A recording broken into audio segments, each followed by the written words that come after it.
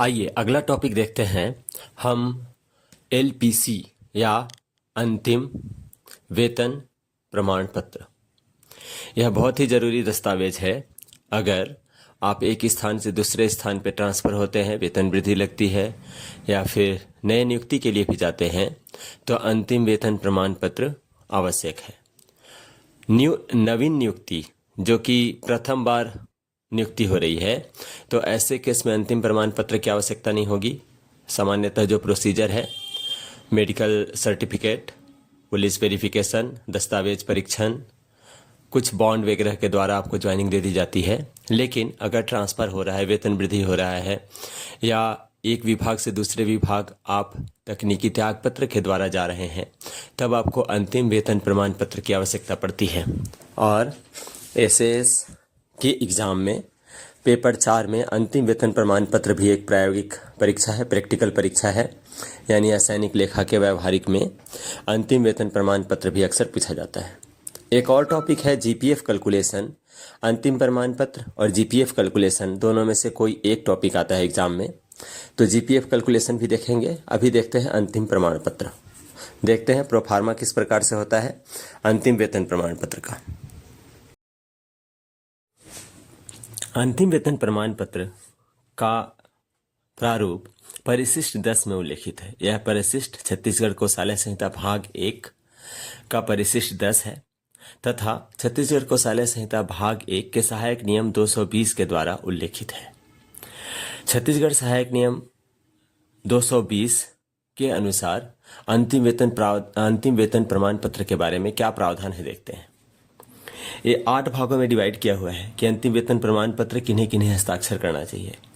पहले तो यह ध्यान देने योग्य है कि 2 प्रकार के अंतिम वेतन प्रमाण पत्र हो सकते हैं। पहला, जब कोई शासकीय सेवक एक राज्य से किसी दूसरे राज्य में लेखा परीक्षा के एक वृत्त से किसी दूसरे वृत्त में कर्तव्य पे जाता हो। और दूसरा, जब कोई शासकीय सेवक उसी राज्य के किसी एक स्थान से दूसरे स्थान पर या लेखा परीक्षा के एक वृत्त से किसी दूसरे वृत्त पर कर्तव्य पे जाता हो। मतलब 2 केस हो सकते हैं। पहला, एक राज्य से दूसरे राज्य में ट्रांसफर, और दूसरा, एक ही राज्य में एक स्थान से दूसरे स्थान पर ट्रांसफर। अब इनके केस में एलपीसी देखते हैं। पहला मामला, जब एक राज्य से दूसरे राज्य में ट्रांसफर हो रहा हो तब देखते हैं। यदि शासकीय सेवक अपने राज्य के महालेखाकार के स्थान पर नियोजित हो, यदि जो शासकीय सेवक है वो राज्य के महालेखाकार में नियोजित है और कहीं दूसरे जगह ट्रांसफर हो जाता है, तो जो भी उसका नियोक्ता रहेगा, महालेखाकार का जो अधिकारी रहेगा, उसके अंतिम वेतन प्रमाण पत्र पे साइन होना चाहिए तथा पिछला वेतन का उल्लेख होना चाहिए। दूसरा, यदि वह नए राज्य को जाते समय अपने मार्ग पर उस स्थान से गुजरता हो तो उसे प्रमाण पत्र उस कोषालय के प्रभारी अधिकारी द्वारा दिया जाना चाहिए जिस कोषालय से उसने पिछली बार वेतन आहरित किया था। यदि वह महालेखाकार में पदस्थ न होकर के अन्यत्र कहीं पदस्थ है तो जिस कोषालय अधिकारी के द्वारा उसका पिछला वेतन निकला था वहां से उसका अंतिम प्रमाण पत्र साइन होना चाहिए तथा इस प्रमाण पत्र को महालेखाकार द्वारा प्रति हस्ताक्षरित भी होना चाहिए। तीसरा केस है, यदि वह महालेखाकार के स्थान में नियोजित न हो और उसे केंद्र से होकर गुजरना पड़ता हो, मतलब अपने राज्य का कोई एम्प्लॉय है जो केंद्र के किसी एम्प्लॉय के रूप में पदस्थ होता हो, तो प्रमाण पत्र कोषालय के प्रभारी अधिकारी द्वारा दिया जाना चाहिए और उसकी दूसरी प्रति कोषालय अधिकारी द्वारा महालेखाकार को प्रति हस्ताक्षर के लिए और शासकीय सेवक के नए राज्य के महालेखाकार को संप्रेषण के लिए अग्रेसित किया जाना चाहिए। इस प्रकार से पहला केस है जब एक व्यक्ति का एक राज्य से दूसरे राज्य में ट्रांसफर होता हो। 2 नियम हो गए। तीसरा नियम, इसी में दूसरे नियम में अपवाद है कि अगर वो कर्मचारी, दूसरे नियम का अपवाद है कि अगर वो कर्मचारी अराजपत्रित शासकीय सेवक है तो उसका अंतिम वेतन प्रमाण पत्र कार्यालय प्रमुख द्वारा जारी किया जाएगा और इससे संबंधित महालेखाकार द्वारा प्रति हस्ताक्षरित किया जाना आवश्यक नहीं रहेगा अराजपत्रित कर्मचारियों के लिए। क्लियर है।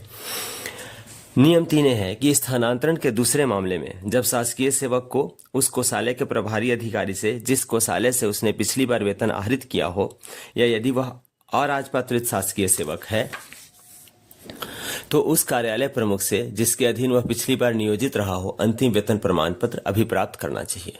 क्लियर है। सामान्य सी बात है, अंतिम वेतन प्रमाण पत्र मतलब अंतिम में जहां से वेतन प्राप्त हुआ है तो अंतिम वेतन प्रमाण पत्र वहां से प्राप्त करना चाहिए अगर एक ही राज्य में एक जगह से दूसरी जगह ट्रांसफर हो रहा हो। ठीक है ना। कार्यालय प्रमुख से अराजपत्रित अधिकारी, राजपत्रित अधिकारी, कोषालय अधिकारी के द्वारा वेरीफाई किया जाएगा। चौथा, यदि किसी शासकीय सेवक ने अपना वेतन भारत से बाहर आहरित किया हो तो उसे कर्तव्य पर लौटने पर उस महालेखाकार से जिसके द्वारा या जिसके अधिकार क्षेत्र में उसके अंतिम वेतन का भुगतान किया गया था अंतिम वेतन प्रमाण पत्र अभिप्राप्त करना चाहिए। पांचवा नियम है कि ऊपर लिखित सभी मामलों में अंतिम वेतन प्रमाण पत्र परिशिष्ट में दर्शाए गए प्रारूप में तैयार किया जाएगा। प्रारूप में नाम रहेगा, अंतिम वेतन प्रमाण पत्र के लिए डेट रहेगा, नए कार्यालय जहां पे जा रहे हैं उन्हें निम्नलिखित दरों पर भुगतान किया गया था, कटौतियों का उल्लेख रहेगा, उन्होंने किस दिन यहाँ कार्यभार छोड़ा है उसका उल्लेख रहेगा, हर प्रकार की वसूली का उल्लेख रहेगा और वसूली के ब्यौरे रहेंगे और कटौतियों का उल्लेख रहेगा, जैसे आयकर उन्होंने कितने महीने पटा दिया है। खैर, इस प्रारूप में निधि कटौतियों के ब्यौरों की व्यवस्था है। यद्यपि बिल तैयार करने वाला अधिकारी उनके सही होने के लिए उत्तरदायी होता है, किंतु अंतिम वेतन प्रमाण पत्र तैयार करने वाला अधिकारी प्रमाण पत्र पर प्रस्थान करने वाले शासकीय सेवक के विरुद्ध सभी मांगे प्रविष्ट करने के लिए उत्तरदायी है, जिनमें किसी न्यायालय द्वारा शासकीय सेवक के वेतन की कुर्की करने वाले आदेश के अधीन की गई कोई भी मांग शामिल है, जिसकी सूचना प्रमाण पत्र देने वाले अधिकारी को प्रमाण पत्र देने के पूर्व प्राप्त हो चुकी हो, किंतु ऐसे किसी भी सूचना को जो कि उसे बाद में प्राप्त हो उस कोषालय को या उस संवितरण कार्यालय को जहां से शासकीय सेवक भविष्य में वेतन आहरित करेगा भेजने के लिए उत्तरदायी होगा।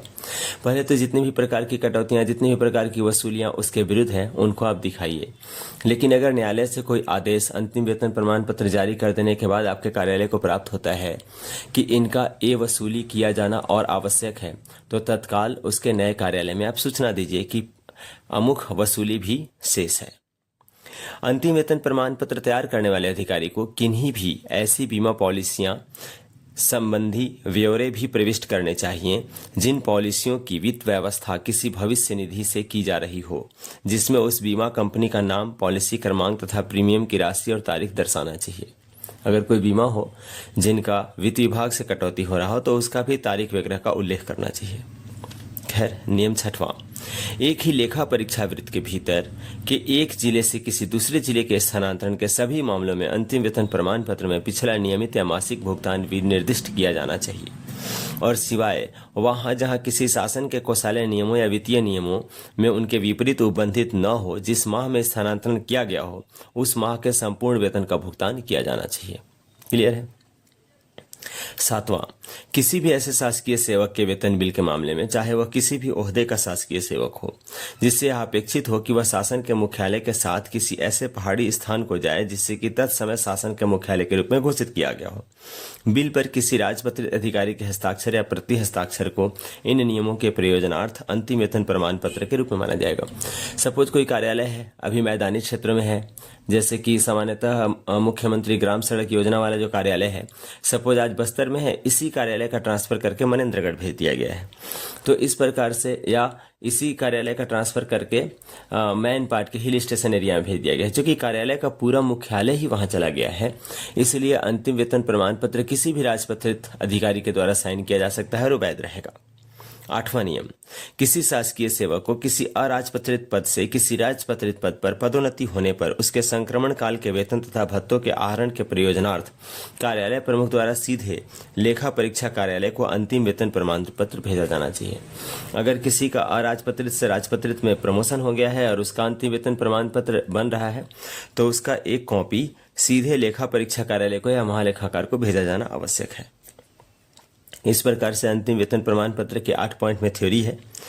आगे है, राजपत्रित पद से प्रत्यावर्तन होने पर अंतिम वेतन प्रमाण पत्र कोषालय अधिकारी द्वारा लेखा परीक्षा कार्यालय को भेजा जाना चाहिए तथा लेखा परीक्षा कार्यालय को उसे उस कार्यालय प्रमुख को संसूचित करना चाहिए और भेजना चाहिए जो कि एक अराजपत्रित अधिकारी के रूप में शासकीय सेवक का वेतन आहरित करने के लिए उत्तरदायी हो। अब प्रारूप देखते हैं। प्रारूप में पहला में सामान्यतः रहेगा कि किसका है ये अंतिम वेतन प्रमाण पत्र है किसका, जिसमें सामान्यतः क्या लिखा रहेगा कि श्री का अंतिम वेतन प्रमाण पत्र जो कि स्थानांतरण पर वहां जा रहे हैं ऐसा करके। दूसरा, इन्हें निम्नलिखित दरों से भुगतान किया गया है। मूल वेतन, स्थानापन्न वेतन मतलब हर प्रकार का जो उन्हें मिलता था, डीए, एचआरए, उनका उल्लेख रहेगा। कटौतियां, उनका सामान्य भविष्य निधि लेखा क्रमांक सामान्यतः पूछा जाता है तो क्रमांक बताइए। महालेखाकार के द्वारा संधारित किया जाता है। एक चीज यहाँ नोटिस करने वाली बात है कि दो प्रकार के एम्प्लॉय है आपके पास, जीपीएफ और डीपीएफ, सामान्य भविष्य निधि के कर्मचारी और डिपार्टमेंटल या विभागीय भविष्य निधि के कर्मचारी। तो जो डीपीएफ कर्मचारी हैं उनका लेखा संधारण कार्यालयीन स्तर या विभाग स्तर पे होता है। तो जब भी किसी डीपीएफ कर्मचारी का आएगा तो वहाँ पे जो कि महालेखाकार के द्वारा संधारित किया जाता है, लिखा हुआ है एजी के द्वारा, तो वहाँ पे आप लिखेंगे कि विभाग के द्वारा, जिस विभाग का भी नाम रहेगा। और जहाँ पे 4th क्लास से ऊपर का केस रहेगा तो वहाँ महालेखाकार के द्वारा संधारित किया जाएगा। आपके केस में छत्तीसगढ़ से छत्तीसगढ़ में ही अगर ट्रांसफर हो रहा है तो महालेखाकार रायपुर हमेशा लिखा जाएगा। उन्होंने इस इतने दिनांक इतने टाइम को कार्यभार सौंप दिया है। यहाँ पूर्वाह्न अपराह्न सबसे महत्वपूर्ण रहेगा। नीचे दर्शाए अनुसार अवकाश वेतन का भुगतान किया गया है। अवकाश वेतन, अगर उन्होंने अवकाश पे रहा है तो अवकाश वेतन का भुगतान से संबंधित बताना है, या उन्होंने अवकाश समर्पण किया है। चूंकि अवकाश समर्पण अभी आता नहीं है ऐसा प्रश्न जिसमें कि इस डाटा को भरना पड़े, तो 5वां को डैश करके आगे बढ़ जाएंगे। वे निम्नलिखित आहरण करने के भी हकदार हैं। वे निम्नलिखित कार्यग्रहण काल के भी हकदार हैं। अगर उनका स्थानांतरण इस प्रकार से हुआ है जो कि स्वयं के व्यय पे हुआ है, स्वयं के निवेदन पे हुआ है, तो वे किसी भी प्रकार के पदग्रहण काल के हकदार नहीं होंगे। सामान्यतः वो कितने पदग्रहण काल के, जितने दिन जितने समय उनको यात्रा में समय लगेगा वही उनको पदग्रहण काल के या कार्यग्रहण काल के रूप में मिलेगा। अन्यथा जैसा प्रश्न में बताया गया है या जैसे प्रश्न में दिए जाएंगे उसके अनुसार उनको कार्यग्रहण काल का पात्रता होगा। सामान्यतः यहाँ पात्रता अनुसार या नियमानुसार कार्यग्रहण काल के हकदार होंगे, ऐसा लिख के आगे बढ़ें।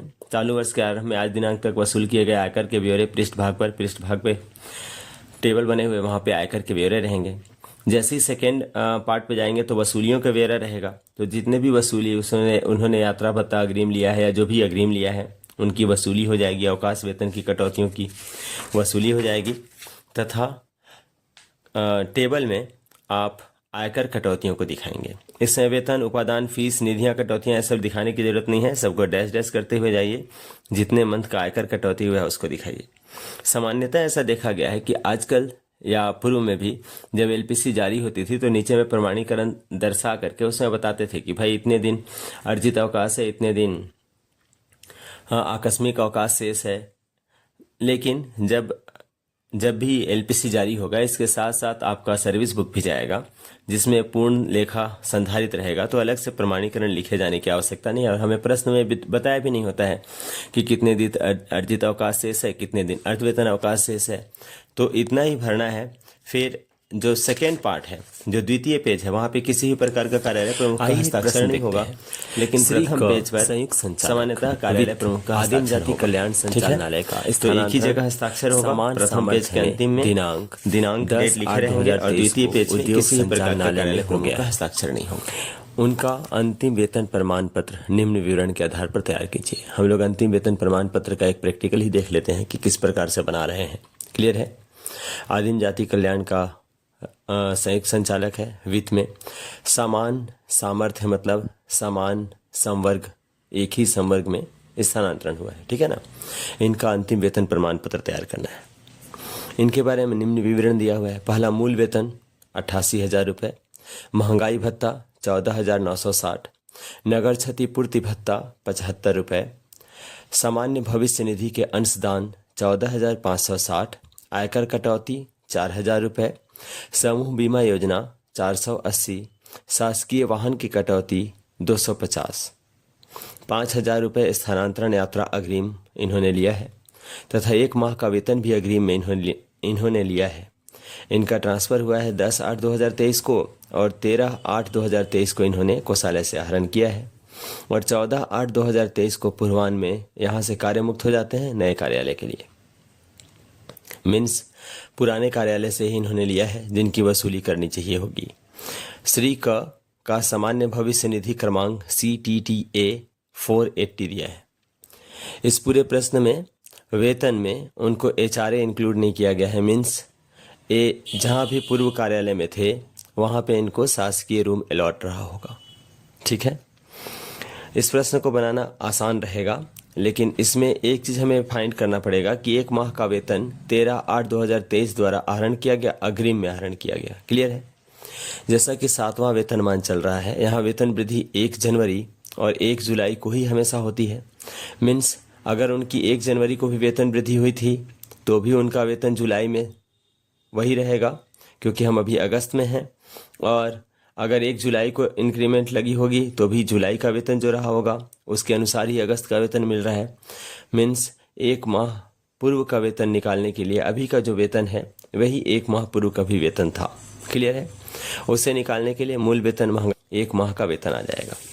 ये वेतन उन्होंने अग्रिम लिया है।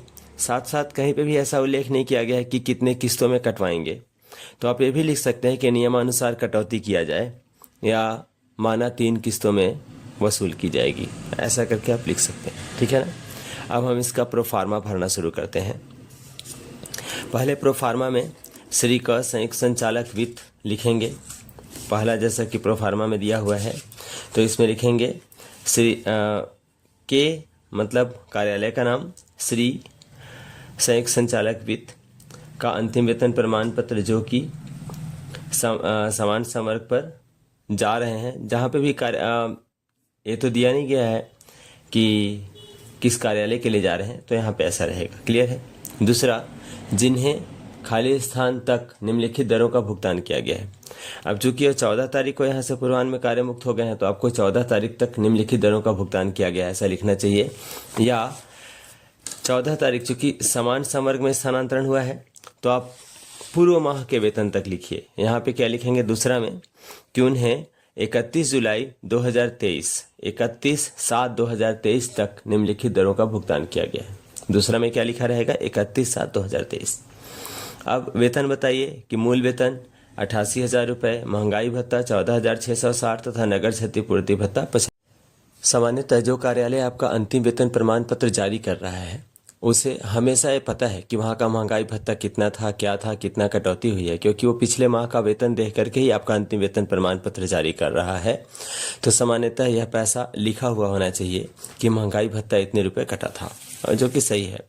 प्रचलित दर पे देना मतलब धोखा टाइप सा हो जाएगा कि भाई फलना कार्यालय ने अंतिम वेतन प्रमाण पत्र दिया है और उसको दर ही नहीं पता था। ठीक है ना? तो सामान्यतः दिया रहेगा।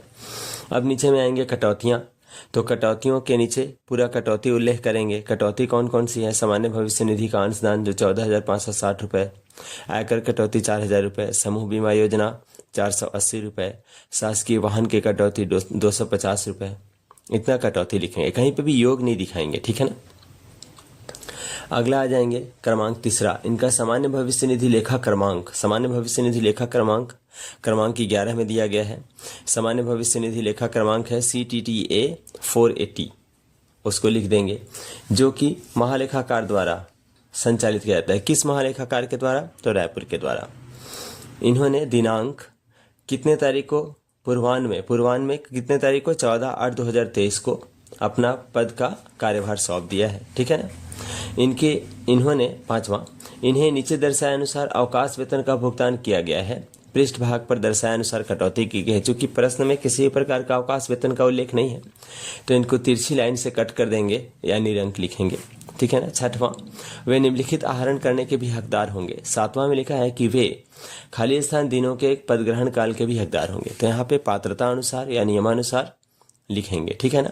सामान्यतः अगर पास के होंगे तो मिनिमम 10 दिन मिलेगा। दूरी के अनुसार जैसा कि पदग्रहण काल है तो उसके अनुसार उनको दे होते हैं। पात्रता अनुसार या नियमानुसार लिख देंगे। 8वां, चालू वर्ष के आरंभ में आज दिनांक तक वसूल किए गए आयकर के ब्यौरे पृष्ठ भाग पर लिखे गए हैं। यहाँ दिनांक लिख देंगे। सामान्यतः एग्जाम देने वाला दिनांक भी लिख सकते हैं। हस्ताक्षर में हमेशा लिखेंगे कार्यालय प्रमुख का हस्ताक्षर। ठीक है ना? और पदनाम कार्यालय प्रमुख का हस्ताक्षर तथा पदनाम ऐसा डब्बा बना देंगे, रेड लाइन से लिख देंगे साइन। ठीक है ना? पृष्ठ भाग पे पहुंचेंगे जहां पे वसूली का स्वरूप लिखा हुआ है तो आप बताएंगे पहला कि इन्होंने 5,000 रुपये स्थानांतरण अग्रिम लिया है जिनका एक मुश्त वसूली किया जाना है। क्लियर है? स्थानांतरण अग्रिम हमेशा एक मुश्त वसूली किया जाएगा। अगला है कि 1 माह का वेतन अग्रिम लिया हुआ है। 1 माह का वेतन हम लोगों ने निकाला है कि 83,745 रुपये प्राप्त हो रहा है। 1 माह का वेतन इन्होंने अग्रिम लिया हुआ है 83,745। यहाँ पे आप ऐसा भी लिख सकते हैं कि नियमानुसार वसूली की जाएगी या माना 3 किस्तों में वसूली की जाएगी। ठीक है ना? तो ऐसा लिखेंगे कि दूसरा वेतन अग्रिम 83,745 रुपये की 3 किस्तों में वसूली की जाएगी। उसके नीचे फिर से लिखा हुआ है कि अवकाश वेतन की कटौतियां। इस प्रश्न में कोई भी अवकाश वेतन का उल्लेख नहीं है, तिरछी लाइन से कट करेंगे या निरंक लिख देंगे। उसके नीचे की टेबल देखिए, टेबल में वेतन, उपादान, निधियां, इनको डैश करते हुए जाएंगे और पांचवें कॉलम में आयकर को दिखाएंगे। क्योंकि वो आयकर का प्रतिमाह कटौती कितना कराता गया है, 4,000 रुपये। तो आप अप्रैल में 4,000 लिखेंगे, मई में 4,000 लिखेंगे, जून में 4,000 लिखेंगे, जुलाई में भी 4,000 लिखेंगे। क्लियर है? अगस्त या सितंबर या अग्रिम वाले को लिखने की आवश्यकता नहीं है, क्योंकि आपने ऊपर ही शो कर दिया है कि उन्होंने अग्रिम लिखा है। ठीक है ना? तो यहाँ का लिखेंगे अप्रैल, मई, जून, जुलाई, इनका आयकर कटौती उनका दिखाएंगे। ठीक है ना? उसके बाद नीचे में कोई योग नहीं करेंगे। नीचे में चाहें तो प्रमाणीकरण लिख सकते हैं कि जितनी भी एलपीसी का दिनांक वगैरह है उनको हम लोगों ने सर्विस बुक में प्रविष्टि कर दी है, या नहीं लिखेंगे तो भी चलेगा। सेकेंड पेज पे किसी भी प्रकार की साइन की आवश्यकता नहीं है। फर्स्ट पेज पे जहाँ पे हस्ताक्षर पद नाम लिखा हुआ है वहाँ पे साइन होना चाहिए। वहाँ पे रेड इंक से डब्बा बना देना है और सिग्नेचर लिख देना है। फिर उसके नीचे लिख देना है कि कार्यालय प्रमुख या डीडीओ आहरण संवितरण अधिकारी का हस्ताक्षर। एक और प्रश्न देखते हैं कि निम्नलिखित विवरण के आधार पर श्री रमेश शर्मा, उपायुक्त कार्यालय, आयुक्त आदिम जाति कल्याण या आदिम जाति अनुसूचित जाति विकास विभाग, रायपुर का अंतिम वेतन प्रमाण पत्र तैयार कीजिए। संबंधित अधिकारी का स्थानांतरण शासन के आदेश अनुसार होने के कारण दिनांक 2/6/2023 को पूर्वाह्न में कार्यमुक्त किया गया है। रायपुर कार्यालय से वेतन दिनांक 31/5/2023 तक आहरित किया गया है। मूल वेतन दिया है 1,10,500 रुपये। महंगाई भत्ता शासन द्वारा निर्धारित दर से देय है। यहाँ पे निर्धारित दर से दे लिखा हुआ है। तीसरा, नगर क्षतिपूर्ति भत्ता 75% दिया हुआ है। चौथा, समूह बीमा योजना 480 रुपये। आयकर कटौती 20,000 रुपये। शासकीय आवास का लाइसेंस शुल्क 350 रुपये। स्थानांतरण यात्रा अग्रिम 10,000 रुपये। सामान्य भविष्य निधि में 30,000 रुपये कटौती होती है तथा सामान्य भविष्य निधि खाता इनका है CMD 2586। कोषालय वाउचर क्रमांक 6 दिनांक 24/5/2023 द्वारा आहरण किया गया है। इनका स्थानांतरण यात्रा अग्रिम जो है वो कोषालय वाउचर क्रमांक भी दिया है जिसका कोई उपयोग नहीं होता। यहाँ पे इम्पोर्टेंट है कि जून 2023 में किस प्रकार का महंगाई भत्ता का दर था, क्योंकि इस प्रश्न में पहले से बताया हुआ नहीं है। इस प्रश्न को बनाना काफ़ी आसान है, लेकिन यहाँ पे ये निकालना आवश्यक है कि उनका महंगाई भत्ता कितना था। तो 33%, यानी 1,10,500 का 33% निकाल लेंगे मूल वेतन का, और वो आ जाएगा, जब आप 33% निकालेंगे तो वो आ जाएगा 36,465 रुपये। मतलब महंगाई भत्ता में 36,465 रुपये अपने को शो कराना होगा। और बाकी जैसे फॉर्मेट भरते हैं वैसा फॉर्मेट भरते जाएंगे। मीन्स मैं कहना ये चाह रहा हूँ कि सबसे आगे कर्मचारी का नाम, स्थानांतरण लोकहित में हुआ है, दिनांक, कार्यमुक्ति, वेतन, महंगाई भत्ता वगैरह, नगर क्षतिपूर्ति, कटौतियाँ नीचे लिखेंगे। फिर जैसा भी पूछा गया है, जैसा कि मैं दिखा रहा हूँ, इस प्रकार से उसको बनाएंगे। जब भी नेक्स्ट पेज में आएंगे, सेकेंड पेज में आएंगे, जब भी यहाँ पे ये रहेगा कि कितने दिन का पदग्रहण काल दिया जाएगा तो उसे पात्रता अनुसार लिख देंगे, क्योंकि आजकल सामान्यतः आदेश में ही पदग्रहण काल लिखा होता है। सेकेंड पेज पे जैसे आएंगे तो वसूली क्या है, तो भाई स्थायी यात्रा अग्रिम है जो कि एक मुश्त वसूली की जाएगी, और तो कुछ भी अग्रिम में है नहीं, तो स्थायी यात्रा अग्रिम एक मुश्त वसूली किया जाएगा। और जो आयकर कटौती है उसको हर मंथ का दिखाना होगा। बाकी एक ही साइन होगा कार्यालय प्रमुख का प्रथम पेज पे, द्वितीय पेज पे कोई साइन नहीं होगा। अगले प्रश्न की ओर रुख करते हैं। एक और प्रश्न देखते हैं जो कि तर्क कर सकते हैं हम लोग उस विषय में कि इस प्रकार के भी प्रश्न आएंगे या और ज़्यादा पूछे जाएंगे तो क्या करना चाहिए। एसएस परीक्षा में आया हुआ एक प्रश्न उठाते हैं कि वरिष्ठ कोषालय अधिकारी सागर का समान सामर्थ्य में कोषालय मोती महल ग्वालियर स्थानांतरण हो गया। यहाँ पे ऐसा सोच सकते हैं कि रायपुर स्थानांतरण हो गया है। हो जाने के कारण निम्न विवरण के आधार पर उनका अंतिम वेतन प्रमाण पत्र बनाइए। पहला, वेतन दिया है 15,600, 39,100 एवं ग्रेड वेतन 6600 में 1 जुलाई 2010 में 16,960 रुपये वेतन पा रहे थे तथा ग्रेड वेतन पा रहे थे। ग्रेड वेतन है 6600। दूसरा ये था कि कोषागार या कोषालय सागर से, यहाँ पे हम लोग लिख सकते हैं कोषालय अंबिकापुर से अगर रायपुर ट्रांसफर हुआ है तो कोषालय अंबिकापुर से 15/7/2011 को अपराह्न में कार्यमुक्त हुए हैं। वास्तव में इनका मूल वेतन कब का दिया हुआ है या वेतन के संदर्भ में कब दिया हुआ है? 1 जुलाई 2010 का। ठीक है, और बताया जा रहा है कि 15 जुलाई 2011 में अपराह्न में कार्यमुक्त हुए। 15 जुलाई मतलब 1 साल बाद 2011। महंगाई भत्ता दिया हुआ है 1/1/2011 से 51% है। विशेष वेतन का 5वें वेतन में प्रावधान था जो 250 रुपये है। दिनांक 1/7/2011 को वेतन वृद्धि देय है, मतलब वेतन वृद्धि अपने को यहाँ निकालना पड़ेगा। सामान्य भविष्य निधि खाता क्रमांक दिया हुआ है और 350 रुपये प्रति माह सामान्य भविष्य निधि में कटौती करते हैं। समूह बीमा योजना में 600 रुपये प्रति माह। फरवरी 2008 में भुगतान किए गए मोटर अग्रिम भी है 1,50,000 रुपये में से 1 लाख की वसूली की जा चुकी है। शेष राशि 50,000 की वसूली 20 किस्तों में 250 रुपये प्रति माह की दर से की जानी है। वेतन अग्रिम दिया हुआ है कि 23,560 रुपये तथा यात्रा अग्रिम 10,000 रुपये का भुगतान प्रमाणक क्रमांक 7 दिनांक 11/7/2011 द्वारा किया गया है। आयकर में 3,000 रुपये प्रति माह कटौती कराते हैं तथा वृद्धि कर निकालना पड़ेगा 208 रुपये 16,960 है 5वें वेतन के अनुसार। सपोज आज के वेतन में मतलब अभी वर्तमान वेतन में ये 78,000 होता तो उसका एक वेतन वृद्धि 80,300 आ जाता, तो उसको 80,300 के अकॉर्डिंग आगे बनाना शुरू करते। मतलब 1 जुलाई 2011 को या 15 जुलाई 2011 को अगर कार्यमुक्त हुआ है तो 1 जुलाई 2011 के डेट में उनका वेतन वृद्धि लगा होगा। अतः जुलाई का जो वेतन है, जून का जो वेतन है अंतिम वेतन प्रमाण पत्र, उसमें पुराना वेतन ही रहेगा। और अगर 1 जुलाई 2011 को वेतन वृद्धि लगाने के बाद 15 दिन के बाद, ये स्थानांतरण के मामले में ही है, अगर 15 दिन का वेतन यहाँ से निकालते हैं और बाकी 15 दिन का उधर देते हैं तो 1 जुलाई 2011 को उनका वेतन वृद्धि लगा करके फिर निकालेंगे। ठीक है ना। विशेष वेतन का भी प्रावधान है नहीं, वेतन वृद्धि दे। ठीक है, यहाँ पे जीपीएफ कटौती अभी भी एंट्री होता है समूह बीमा योजना।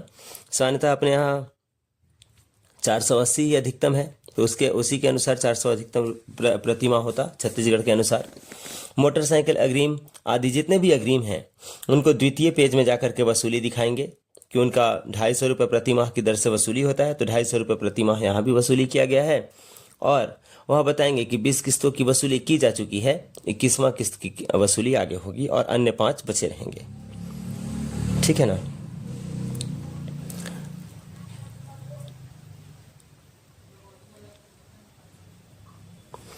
आगे वेतन अग्रिम 2300 रुपये। वेतन अग्रिम भी 3 किस्तों में लिया जाता है, तो उसको ही बताएंगे कि वेतन अग्रिम का वसूली किया जाना शेष है। उस वहाँ पे ये नहीं लिखेंगे कि 3 किस्त में किया जाना है, शेष से लिख देंगे। यात्रा अग्रिम का किया जाना शेष है तथा इसी प्रकार आयकर कटौती भी लिखेंगे। और वृत्ति कर का भी कॉन्सेप्ट है नहीं तो वृत्ति कर दिखाने की आवश्यकता होगा नहीं, तो इतना कुछ वहाँ दर्शाएंगे। ठीक है, थैंक यू।